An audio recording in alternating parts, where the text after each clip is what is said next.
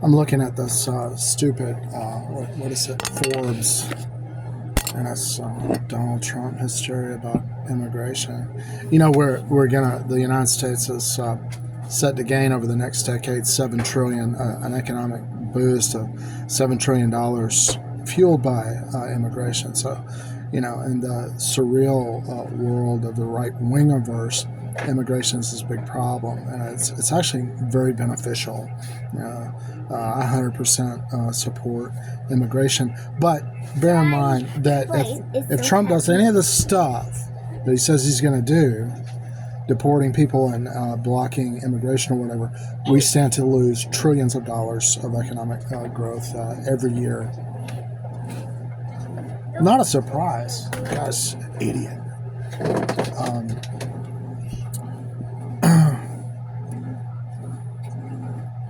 All right, so where were we? We're in the decline and fall of the Roman Empire. I mean, the decline and fall of the Roman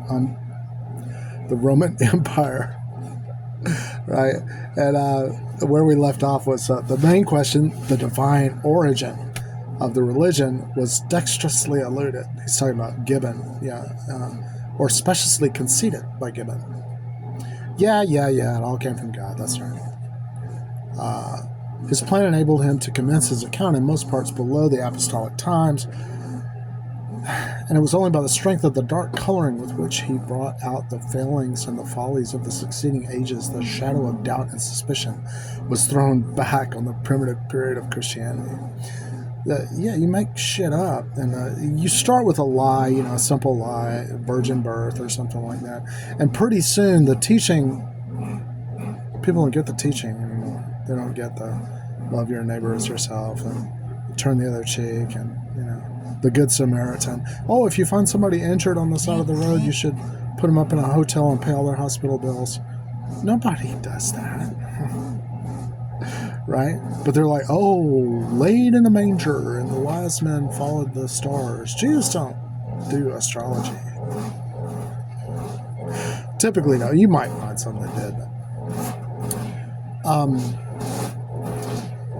The thing is you start with, a little lie or whatever, distortion or whatever, and it just gets bigger and bigger. You have to explain this and explain that, and it gets more and more lie, until there's no room for the do unto others as you would have them do unto you, which is really the only thing valuable that you really have there. You're not really going to get a mansion in heaven. There's no heaven. You're going to turn into dirt, and you die, just like everybody does. Like your dog does.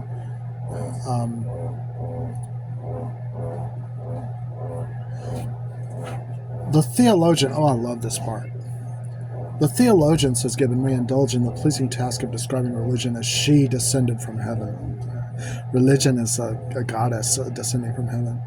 As she descended from heaven arrayed in her native purity.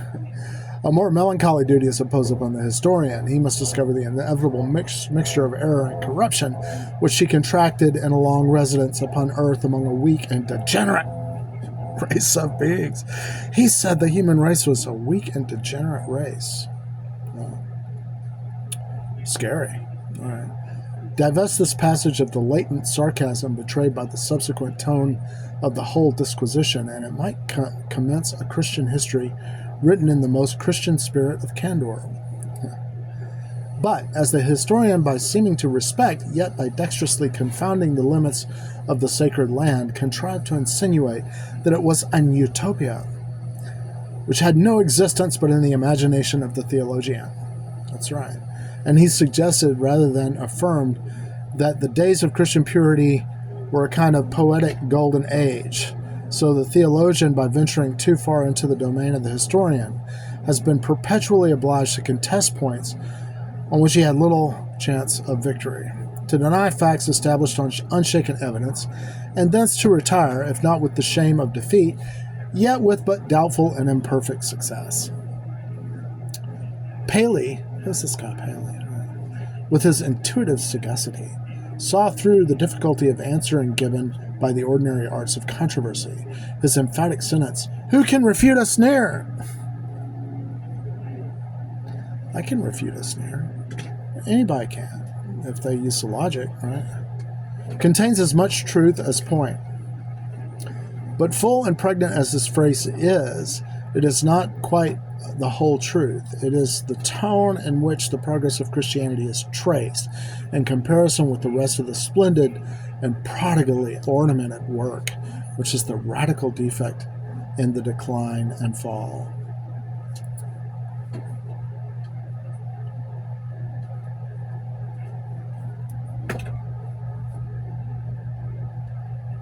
He calls it a radical defect. I don't know if I agree with that. Christianity alone receives no embellishment from the magic of Gibbon's language. His imagination is dead to its moral dignity. It is kept down by a general zone of jealous disparagement, or neutralized by a painfully elaborate exposition of his darker and degenerate periods. There are occasions, indeed, when its pure and exalted humanity, when its manifestly beneficial influence, can compel even him, as it were, to fairness, and kindle his unguarded eloquence to its usual fervor. But, in general, he soon relapses into a frigid apathy. I don't believe this crap. Yeah. Affects an ostentatiously severe impartiality, notes all the faults of Christians in every age with bitter and almost malignant sarcasm. Reluctantly, and with exception and reservation, admits their claim to admiration. This inextricable bias appears even to influence his manner of composition. While all the other assailants of the Roman Empire, whether warlike or religious, the Goth, the Hun, the Arab, the Tartar, the Alaric, and Attila, Mahomet, and Zingis and Tamerlane are each introduced upon the scene almost with dramatic animation, their progress related in a full, complete, and unbroken narrative. The triumph of Christianity alone takes the form of a cold and critical disquisition. He's a man of his time. The successes of barbarous energy and brute force call forth all the consummate skill of composition, while the moral triumphs of Christian benevolence, for example. No, there are no examples. All right, the tranquil heroism of endurance, for example. No example. The blameless purity. Where's an example of Christian blameless purity? The contempt of guilty fame and honors destructive to the human and of honors destructive to the human race, which, had they assumed the proud name of philosophy, would have been blazoned in his brightest words. Because they own religion as their principle, sink into narrow asceticism. The glories of Christianity, in short, touch on no chord in the heart of the writer. His imagination remains unkindled. His words, though they maintain their stately and measured march, have become cool, argumentative, and inanimate. Who would obscure one hue of that gorgeous coloring in which Gibbon has invested the dying forms of paganism, or darken one paragraph of his splendid view of the rise and progress of Mohammedanism, it's spelled with a T, Mahomet. But who would not have wished that the same equal justice had been done to Christianity, that its real character and deeply penetrating influence had been traced with the same philosophical sagacity, and represented with more sober as would become its quiet course, perhaps less picturesque, but still with lively and attractive descriptiveness. He might have thrown aside with the same scorn the mass of ecclesiastical fiction which envelops the early history of the Church. Thank you. Stripped off the legendary romance and brought out the facts in their primitive nakedness and simplicity. If he had but allowed those facts the benefit of the glowing eloquence which he denied to them alone, he might have annihilated the whole fabric of post-apostolic miracles. And good riddance, that's what I say. If he had left uninjured by sarcastic insinuation those of the New Testament, he might have cashiered with Dodwell. Who's this Dodwell guy? The whole host of martyrs, which owe their existence to the prodigal invention of later days. Yeah. Had he but bestowed fair room and dwelt with his ordinary energy on the sufferings of the genuine witnesses to the truth of Christianity.